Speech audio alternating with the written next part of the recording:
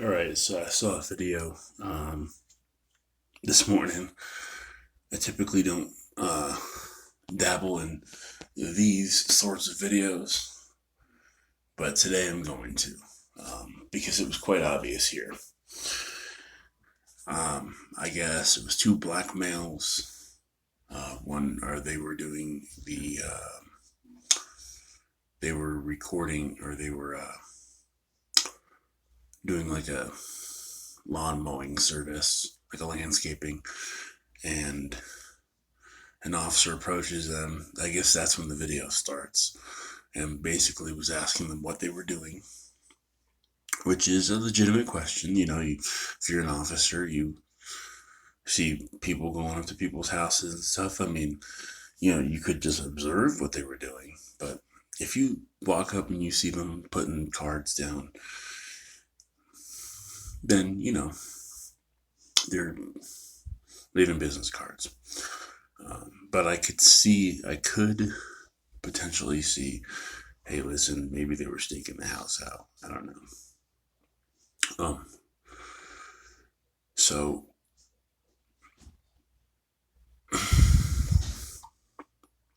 the officer asks the man for ID, says he doesn't have it on him.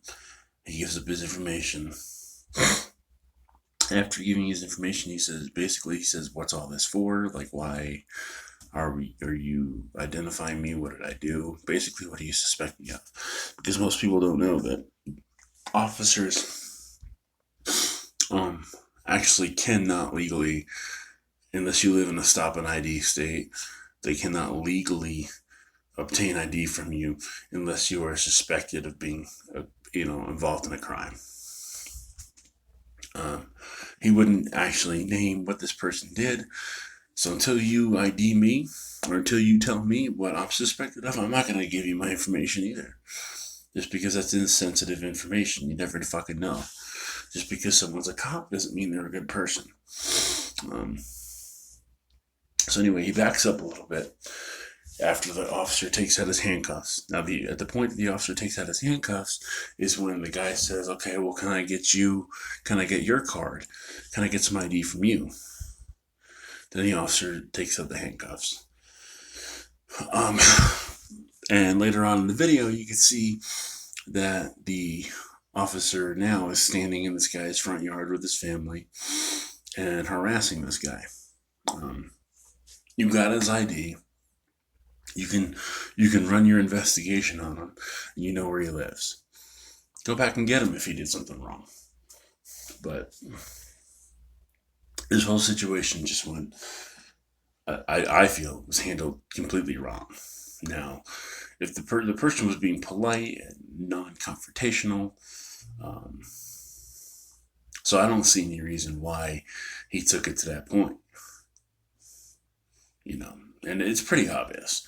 Even when the camera pans over, and you could see they had a lawnmower and stuff there.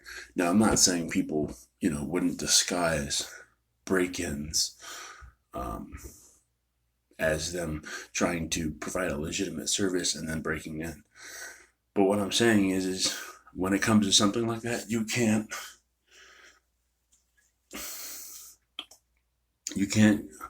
automatically assume that that's what people are doing.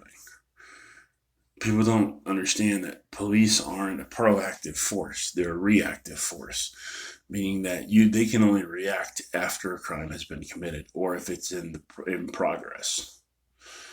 I mean, you can be proactive too, but you can't.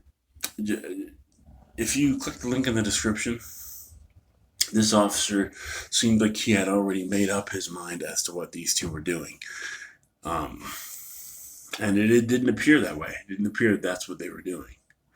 And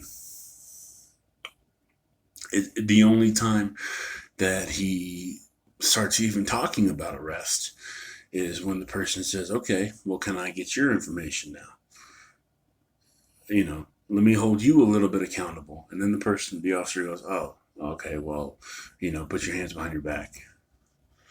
Now, as a public servant, here's how it goes. Okay, so if I'm going down the street, an officer could stop me And if they suspect me of a crime and ID me, the officers, being that they're public servants, actually have different requirements. You can just walk up to an officer and say, hey, listen, can I see who you are? And because they're public servants, they're actually required to identify themselves to you. So when this guy asks for ID and the officer doesn't provide it, leads me to believe that he knows that he's doing something wrong and doesn't want to be held accountable. That's what it leads me to believe. So I'll put the link in the description. You guys tell me what you think.